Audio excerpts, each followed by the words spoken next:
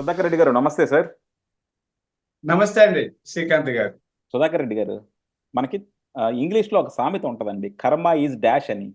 అంటే కర్మ ఎలాంటిదంటే బూమరాంగ్ లాగా అనమాట. మనం ఏ మాట అయితే అంటామో అదే మాట మనకు వచ్చి తగులుతూ ఉంటుంది. ఒకప్పుడు పవన్ కళ్యాణ్ మీద దువ్వాడ శ్రీనివాసరావు గారు పాపం చాలా గొప్పగా చెప్పారనమాట. అసలు ఒక మనిషి ఇంకో అమ్మాయిని ఎలా ఉంచుకుంటాడు, మనకంటూ సాంప్రదాయం లేదా, అది లేదా, ఇది లేదా అన్నది. ఈ రోజు చూసుకుంటే ఆయన ఒకళ్ళు ఉంచుకొని దాని గురించి రోడ్డు మీద జరుగుతున్న రచ్చ ఇవన్నీ చూస్తే మాత్రం ఆ రోజు చెప్పింది ఈయనేనా, ఈ రోజు చేస్తుంది ఈయనేనా అన్నట్టు అనిపిస్తుంది అనమాట. మనకు చూపిస్తుంటారు కదా, చూసారు సార్ సినిమాల్లో సురేష్ రమేష్ అని. అలా రెండు క్యారెక్టర్లు మనకి దువ్వాడ శ్రీనివాసరావు గారిలా కనపడతా ఉన్నాయి. ఇదంతా ఒక కోణం అయితే, ఈ రోజు దువ్వాడ శ్రీనివాసరావు గారు ఎవరో అమ్మాయి పేరు మాధవినో ఏదో ఉంది సార్. ఆ అమ్మాయి ఆ ఆ అమ్మాయి కోపం వచ్చి పాపము ఆత్మహత్య చేసుకుందామని వెళ్ళి కారులో స్పీడ్కి వెళ్ళి ఇంకో కారును గుద్దింది సార్. నాకు ఇక్కడ ఒకే ఒక ప్రశ్న సార్.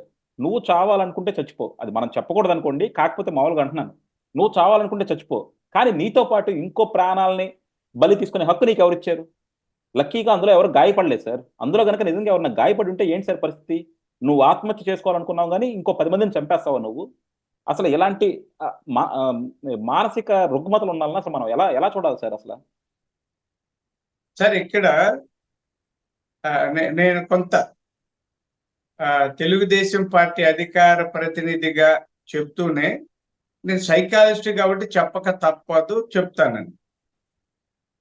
వైఎస్ఆర్ పార్టీలో ఉన్న వాళ్ళలో చాలా మంది ఇలాంటి వాళ్ళు, అంటే మనం విమర్శల కోసం ఇంతకుముందు అంటున్నాం, జగన్మోహన్ రెడ్డి గారిని సైకో ముఖ్యమంత్రి అని అందరూ అంటున్నారు. అలాగే ఆ పార్టీలో సైకోలు ఎక్కువ అనేది కూడా చాలా మంది అనడం. అయితే ఇప్పుడు పరిణామాలు చూస్తూ వస్తే వీళ్ళలో చాలా మందిలో మానసిక ఇది వైపరీత్యాలు ఉన్నాయి, లేదా లోపాలు ఉన్నాయి, సమస్యలు ఉన్నాయి అని చెప్పక తప్పదండి.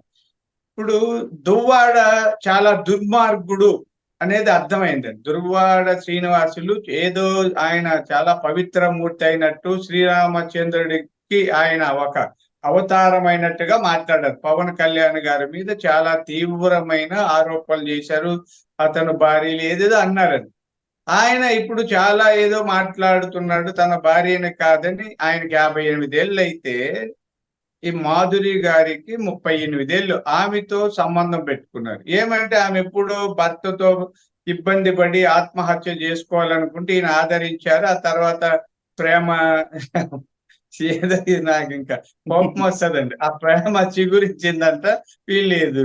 ఆ భార్య ఎట్లా ఉంది ఇప్పుడు మనం ఇక్కడ ప్రేమ చూస్తే, ప్రేమ ఎవరికి ఎప్పుడైనా చిగురించచ్చు సార్, కానీ నీ ప్రేమ వల్ల పక్కన వాళ్ళ జీవితం ఇబ్బందులు పాలవకూడదు కదా. నేను చెప్తానండి దీన్ని. ప్రేమ అంటే ఎవరు ఒప్పుకోరండి. వ్యామోహము, ఇంకా కొన్ని పదాలు మనం చెప్పకూడదు కదా. తీవ్రమైన అతను కొద్ది ఈ అసాంఘిక ప్రవృత్తి కలిగిన వ్యక్తి అని అర్థం అవుతుందండి. అసాంఘిక ప్రవృత్తి అండి. ఇతరుల భార్యల్ని అక్రమంగా వివాహేతర బంధాలు అవన్నీ కొనసాగించడం, ఇట్లా వాటిని మన సమాజంలో అసాంఘిక ప్రవృత్తి అంటాం. ఆయన చేసే మాటలు దుర్మార్గాలన్నీ చెప్తే అతనిలో కాండక్ట్ డిజార్డర్ క్లియర్ గా కనిపిస్తారు. ఈమె మాధురిలో కూడా అంటే కాండక్ట్ డిజార్డర్ తో పాటు సైకోసిస్ లక్షణాలు ఉన్నాయండి. సైకోసిస్ అంటే మనం సైకోల్ అంటుంటాం కదా, అలాంటి సైకోసిస్ లక్షణాలు అంటే ఉద్వేగాలను ఆపుకోలేక తీవ్రంగా స్పందిస్తుంటారు. ఈ సైకోసిస్ విపరీతంగా ఉన్న తమను హత్య చేసుకుంటారు, కొట్టుకుంటుంటారు, కోసుకుంటుంటారు, ఆత్మహత్య ప్రయత్నాలు చేస్తుంటారు, లేదా ఎదుటి వాళ్ళని కూడా అలాగే చేయాలని ప్రయత్నం చేస్తుంటారు. అందుకని ఆమె కారుతో వేగంగా వెళ్ళి ఎదురొచ్చే కారును ఢీ కొట్టి, ఆ కారు పల్టీ కొట్టి ఆమెను హాస్పిటల్కి తీసుకెళ్తే నాకు చికిత్స వద్దు, నేను చనిపోవాలని ఇలా చేశానని చెప్పింది. వాళ్ళు ఏదో సర్ది చెప్పి పలాస ప్రభుత్వ ఆసుపత్రిలో చికిత్స చేస్తున్నారు. అంత కిరాతకంగా తీవ్రంగా ఉద్వేగాలను అణుచుకోలేకుండా చేస్తుంటే సైకోసిస్ అండి. ఆమెలో డిప్రెషన్ కూడా ఉంది. ఇప్పుడు ఆమె అంతకుముందు ఒకసారి ఆత్మహత్యా ప్రయత్నం చేసింది, ఇప్పుడు కూడా ఆత్మహత్యా ప్రయత్నంలో భాగంగా ఇలా చేశానని. ఆమె డిప్రెషన్ తో పాటు ఈ సైకోసిస్ లక్షణాలు ఇంకా కొద్ది ఉండొచ్చు అండి. అంటే మనం బైపోలార్ డిజార్డర్ ఉండొచ్చు, ఏదన్నా. చాలా మంది ఏమంటారంటే డిజార్డర్లు ఉంటే ఆమె చాలా క్యూట్ గా ఉంది, లేదా అందంగా ఉంది, చక్కగా నడుస్తుంది, మంచి డ్రెస్ వేసింది, ఆమెకేమి డిజార్డర్స్ అంటుంటారు. డిజార్డర్ అనేది ఒక్కొక్క యాంగిల్లో ఉంటుందండి, మిగతా అన్ని బాగానే ఉంటాయి. అలాగే ఏమనుకోతే చెప్తానండి, ఆయన దువ్వాడ శ్రీనివాస గారి భార్య పిల్లల్లో కూడా ప్రవర్తన లోపాలు ఉన్నాయి. ఎస్, వాళ్ళు అంటే మనం ఏదో ఆయన వైఎస్ఆర్ పార్టీ వాడు కాబట్టి ఎమ్మెల్సీని తిడదామని కాదు. ఆ భార్య పిల్లలు చట్టబద్ధంగా ఎదుర్కోండి. అర్ధరాత్రిలో పోయేది, తలుపులు తట్టేది, చంపడానికి వెళ్తామనేది, ఆయన కొట్టాడనేది, కేసులు పెట్టేది, అయినా పరువు ప్రతిష్ఠ ఉందా అండి?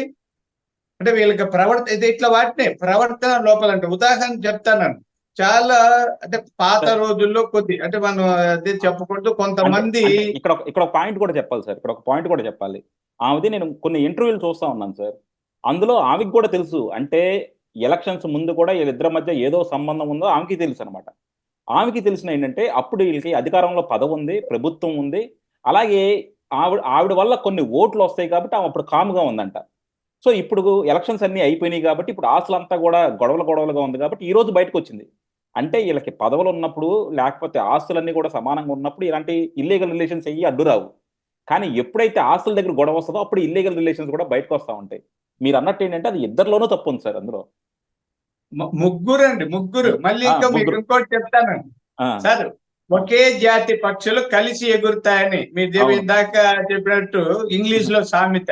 యా ఒకే జాతి పక్షులు అంటే గుంపుగా వెళ్తుంటాయి. ఆ జాతి పక్షులే వేరే జాతి పక్షి. ఇప్పుడు కోకిల ఉంది, ఆ దాంతో కాకులు కలవు, కాకులతో కొంగలు కలవు, కొంగలతో గద్దలు కలవు, ఎట్లా. కాబట్టి జగన్మోహన్ రెడ్డి గారితో కలిసే వాళ్ళంతా వీళ్ళే. చూడండి, ఈ మధ్యనే విజయసాయి రెడ్డి గారు డిఎన్ఏ గొడవల పెద్ద గొడవ, ఆయన బయటికి రాడు. ఇలాంటి చాలా ఉన్నాయండి. మా చిత్తూరు అంటే వాటి మీద ఆధారాలు లేదు కాబట్టి కొంతమంది ఇక్కడ కూడా మా మంత్రులు, ఎమ్మెల్యేలు వీళ్ళు ఉన్నారు, వాళ్ళకి వివాహేతర సంబంధాలు పెద్ద రచ్చ. అయితే రచ్చ రాకుండా మెయింటైన్ చేస్తున్నారు మహానుభావులు. ఇవన్నీ అంటే మనం చెప్తానండి, అంటే వ్యక్తిగత విషయాలను మనం పట్టించుకోకూడదు అనేది ఒక సిద్ధాంతము లేదా పద్ధతి, ఆచారము. వాళ్ళు వ్యక్తిగతంగా ఎవరితో తిరిగితే మనకి ఇష్టం లేదు, ఇష్టపడి వాళ్ళు ఏం చేస్తే మనకి ఇష్టం లేదు, మనకేం నష్టం లేదు. సుప్రీంకోర్టు కూడా అందుకే కదా సహజీవనం కానీ లేదంటే ఇలాంటి వివాహేతర బంధాలు వాటిని పెద్ద పట్టించుకోకూడదన్న తీర్పు ఎందుకు చెప్పారంటే, అనవసరంగా ఎందుకు వాళ్ళ గొడవ వాళ్ళు పోతుంటే మనం ఎందుకు వెళ్ళాలి?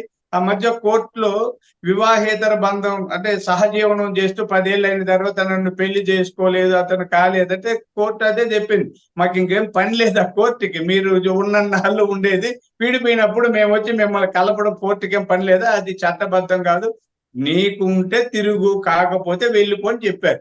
కానీ ఇది అంటే మామూలుగా అయితే మనం వాళ్ళ విషయాన్ని పట్టించుకోవాల్సిన అవసరం లేదండి. వాళ్ళు ఎక్కడ పోతే ఎవరెవరితో తిరిగితేనేమి, ఎవరెవరికి పిల్లల కంటేనే, ఎవరు ఏమైతే మనకి అయితే బాధ్యత కలిగిన పదవుల్లో ఉన్నాడు ఆయన. ఎమ్మెల్సీ అని ఒక మొన్నటి వరకు అధికార పార్టీలో ఆయన ఎమ్మెల్సీగా ఉన్నారు. ఆ ఎమ్మెల్సీని చేసి జగన్మోహన్ రెడ్డి గారు. అలాగే ఆయన భార్యను తీసుకొచ్చి వాణి గారిని టికెట్ ఇచ్చారు, మళ్ళీ వద్దన్నారు. ఆమె ఇప్పుడు జడ్పీటీసీగా ఉంది, మళ్ళీ ఈయనకు పెట్టారు, ఈయన ఓడిపోయారు. ఈయన ఓడిపోవడానికి కారణం నా భార్య అచ్చెన్నాయుడు గారితో కలిసి ఆయనకు ఓట్లు వేయించేసింది అని ఈయన ఏదో చెప్తాడు. అంటే ఇవన్నీ చెప్తున్నారు కాబట్టి మనం వాళ్ళ విషయాలు పట్టించుకోవాల్సి వస్తుంది. లేకపోతే వ్యక్తిగత విషయాలుగా వాళ్ళని వదిలేస్తాం. వాళ్ళు రాజకీయ పార్టీలో ఉన్నారు, ఆ రాజకీయ పార్టీల్లో మంచి పదవుల్లో ఉన్నారు, పదవుల్లో ఉంటూ ఇంకొక ఇప్పుడు అధికార పార్టీలో ఉన్న మంత్రి గారి మీదనో లేకపోతే ఇంకొకరి మీదనో ఆరోపణలు చేస్తున్నారు. కాబట్టి మనం తీవ్రంగా వాళ్ళకున్న మానసిక వైఫల్యాలు చెప్పాల్సి వస్తుందండి, లేకపోతే వాళ్ళ ఇష్టం. ఇప్పటికైనా ఇంకోటి కూడా ఎడిషన్ ఏంటంటే సార్, నిజంగా వాళ్ళ ముగ్గురు గనక ఇంట్లో గొడవ పడితే మనం పట్టించుకునే వాళ్ళం కాదు. వాళ్ళ ముగ్గురు ఎవరి మధ్య ఏంటి, మాకు దువ్వాడ శ్రీనివాసరావు ఎవరికి దక్కాలని చెప్పి వాళ్ళ ఇంట్లో వాళ్ళ కాంపౌండ్ లో గొడవ పడితే మనకు సంబంధం లేదు. కానీ వాళ్ళ పంచాయతీ తీసుకొచ్చి రోడ్డు మీద పెట్టారు. వాళ్ళు ఎప్పుడైతే రోడ్డు మీదకి వచ్చారో రోడ్డును పోయే ప్రతి ఒక్కరికి దాని గురించి చూసే హక్కు, కామెంట్ చేసే హక్కు ఉంటుంది. ఇంకా అది రోడ్డు మీదకి రాకుండా చూసుకోవాల్సిన బాధ్యత వాళ్ళది. వాళ్ళు తెచ్చేసుకున్నారు రోడ్డు మీద. అండ్ సెలబ్రిటీ కానీ పొలిటీషియన్ కానీ ఎవరికి కూడా పర్సనల్ లైఫ్ అనేది ఉంటుంది కదా సార్. డెఫినెట్గా వాళ్ళ పర్సనల్ లైఫ్ని ప్రతి ఒక్కళ్ళు కూడా కామెంట్ చేస్తారు, క్రిటిసైజ్ చేస్తారు, ఆ కోణంలోనే చూస్తూ ఉంటారు. అవునండి, మీరు ఇంటి గుట్టుగా ఉండాలి. అవును, వ్యాధి వస్తే 10 మందికి చెప్పుకోవాలి, ఇంట్లో సమస్యల్లో గుట్టుగా ఉంచుకోవాలనేది కూడా సామెత అండి. వాళ్ళు బరి తెగించారు. వాళ్ళు ముగ్గురు పిల్లలు అందరూ కూడా మానసికంగా బాగాలేదనేది నా ఉద్దేశం. ఇక్కడ నేను ఇక మళ్ళీ తెలుగుదేశంగా చెప్పాను, సైకాలజీ చెప్తున్నాను. వాళ్ళకి అసలు ఆమెని ఇప్పుడు పోలీసులు లేదా హాస్పిటల్లో చికిత్స చేస్తున్నారు పలాసల, వెంటనే ఆమెను వైజాగ్ హాస్పిటల్కి పంపాలని, సైకోమెట్రీ టెస్టులు చేసి ఆమెకి చికిత్స చేయాలని. ఇది ఇక్కడ లా అండ్ ఆర్డర్, సామాజిక స్పృహ, ప్రభుత్వం బాధ్యత కూడా అండి. ఎందుకంటే ఇలా ఎవరో వదిలేస్తే వీళ్ళంతా వీధుల్లోకి వచ్చి రచ్చలు చేస్తుంటే సమాజానికి ఇబ్బంది. వీళ్ళని చూసి సమాజం చెడిపోతుంది, పిల్లలు చెడిపోతారు. రేపు ఒకడు ఏం పర్వాలేదు వివాహేతర బంధం అంటే ఇంకొక పిల్లోళ్ళు అదే మాట్లాడతారు, మేము ప్రేమల్లో పడితే తప్ప, వివాహేతర బంధం తప్ప, సహజీవనం తప్ప, ఎమ్మెల్సీలు ఎమ్మెల్యేలు చేస్తుంటే మమ్మల్ని అడుగుతారని పిల్లలు అంటారు. అంటే ఇలాంటి అసాంఘిక ప్రవృత్తి కలిగిన వాళ్ళని అలాగే వదిలేస్తే సమాజంలో మరికొంతమంది అనుసరించే అవకాశం ఉంది. కాబట్టి ఈ పరిసరాలని లేదా ప్రజల్ని అందరినీ కూడా ఒక క్రమబద్ధంగా పెట్టాల్సిన అవసరము, సమాజానికి మార్గదర్శనం చేయాల్సిన అవసరం కూడా ప్రభుత్వంలో ఉందండి. ప్రభుత్వం అంటే కేవలం మౌలిక వసతులు, సదుపాయము లేదా లా అండ్ ఆర్డరే కాకుండా సమాజ హితం కోరి ఇలాంటి వైపరీత్యాలు వచ్చినప్పుడు చికిత్సలు చేయించాల్సిన అవసరం కూడా ప్రభుత్వం మీద ఉందండి. కాబట్టి నా ఉద్దేశం అంటే చట్టాలు ఎలా ఉన్నాయి కదా, ఖచ్చితంగా ఆమెని మాధురి గారిని వైజాగ్ దగ్గర కాబట్టి ఎర్రగడ్డ మెంటల్ హాస్పిటల్ తీసుకెళ్లి ట్రీట్మెంట్ ఇవ్వాలి. దువ్వాడ శ్రీనివాస్ గారి మీద కూడా కేసులు పెడితే తీసుకెళ్ళాలి. అంటే ఇక్కడ చిన్నదేమంటే కోర్టుకి తీసుకెళ్తే కోర్టులో వెంటనే అదేదో సెక్షన్లు పెట్టి రిమాండ్ అంటారు, కానీ జడ్జిలు వాళ్ళ మానసిక సమస్యల్ని పట్టించుకునే స్థితి ఎక్కడ లేదండి. ఇది ఒక పెద్ద, నేను చాలా రోజుల నుంచి చెప్తున్నాను, మానసికంగా బాగలేని వాళ్ళు చేసే నేరాలని గమనించినప్పుడు వాళ్ళల్లో మానసిక పరిస్థితులు చేయాలి. మనం అంటే చూస్తేనే అరెస్ట్ చేస్తేనే బీపీ ఉందా, లేకపోతే షుగర్ ఉందా, హార్ట్ ప్రాబ్లమ్స్ ఏమన్నా ఉన్నా, ఇవి చూస్తున్నారు, శరీరాన్ని చూస్తున్నారు తప్ప మానసిక రుగ్మతల గురించి ఎక్కడ పట్టించుకోవడం లేదు. ఇప్పటికైనా ఏది కోర్టులు, న్యాయమూర్తులు, ప్రభుత్వం, పోలీసులు ఇది సైకలాజికల్ డిజార్డర్స్ ఉన్న వాళ్ళని ఒకసారి ఏమవుతుందండి, పోయి హాస్పిటల్లో పోయి చికిత్స చేయించినట్లే ఒక సైకాట్రిస్టును, క్లినికల్ సైకాలజిస్ట్ను పిలిచి వాళ్ళ మానసిక స్థితిని విశ్లేషించి రిపోర్ట్ ఇవ్వనండి.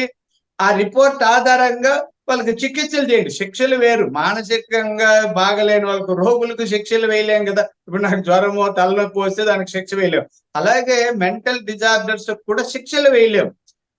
దాని ఆధారంగా జరుగుతున్న నేరాలకు శిక్షలు ఉండొచ్చు. కాబట్టి వాళ్ళని చక్కదిద్దాల్సిన అవసరం ప్రభుత్వం, పోలీసులు, న్యాయమూర్తులకు కూడా ఉందనేది నా ఉద్దేశం. వాళ్ళని ముగ్గురిని కూడా సైకో థెరపీ చేయించాలన్నది నా డిమాండ్ అండి. ఇది డిమాండ్ అని ఎందుకు అంటున్నానంటే, ఒక సైకాలజిస్ట్ గా ఇలాంటి వాళ్ళు చూస్తే కడుపు కాలుతుందండి, తరుక్కుపోతారు. నాకు చాలా కేసులు వస్తుంటాయి, భార్యలు కొట్టేవాళ్ళు, భర్తలు కొట్టేవాళ్ళు, ఈ వివాహేతర బంధాలు, హత్యలు చేసేవాళ్ళు, తర్వాత మానభంగాలు చేసే, ఇవన్నీ చేసి మళ్ళీ వచ్చి వాళ్ళంతా నీతులు చెప్తుంటారు, వాళ్ళ మీద వీళ్ళ మీద చేస్తుంటే అన్ని సోషల్ మీడియాలో కానీ డిబేట్లు. అంటే ఒక పనికిరాని పని చేసిన వాళ్ళకి భర్తను కాదని ఇంకొకరితో తిరిగే భార్యకి, భార్యను కాదు ఇంకొకరు తిరిగే భర్తకు, వీళ్ళ కోసం మనం చర్చలు పెట్టి ఆ చర్చలు పెద్ద వీడియోలు, డిబేట్లు ఎందుకండి? వీళ్ళంతా నేర స్వభావం కలిగిన వాళ్ళకి శిక్షలు వేసి చికిత్సలు చేయాలనేది నా ఉద్దేశం. డెఫినెట్ గా సార్, ఒకటైతే మాత్రం కరెక్ట్ అనమాట. మీరు అన్నట్టు ఏంటంటే ముగ్గురులోనూ మొత్తం కుటుంబం మొత్తంలో కూడా సైకలాజికల్ ఇష్యూస్ అయితే ఉన్నాయి. అది మేబీ వాళ్ళు స్ట్రెస్తో అయ్యొచ్చు ఉండొచ్చు, లేదంటే ఫ్యామిలీలోనే ఇష్యూస్ ఉండొచ్చు. సో డెఫినెట్గా ఒక బాధ్యతాయుతమైన ఎమ్మెల్సీ పదవిలో ఉన్న దువ్వాడ శ్రీనివాసరావు గారిని అయితే కంపల్సరీ కౌన్సిలింగ్ చేయాలి. అలాగే వాళ్ళని కూడా, మిగతా వాళ్ళని కూడా కౌన్సిలింగ్ చేసి ఫస్ట్ సమాజానికి చేడు నుంచి రక్షణ కల్పించాలి సార్. ఎందుకంటే దీన్ని తీసుకుని రేపు పొద్దున మీరు అన్నట్టు ప్రతి ఒక్కళ్ళు ఒక ఎగ్జాంపుల్గా చెప్తారు. ఎస్పెషల్లీ చిన్నపిల్లలు, యుక్త వయసులో ఉన్న వాళ్ళకి ఇన్ఫ్లుయెన్స్ చాలా ఎక్కువ ఉంటుంది.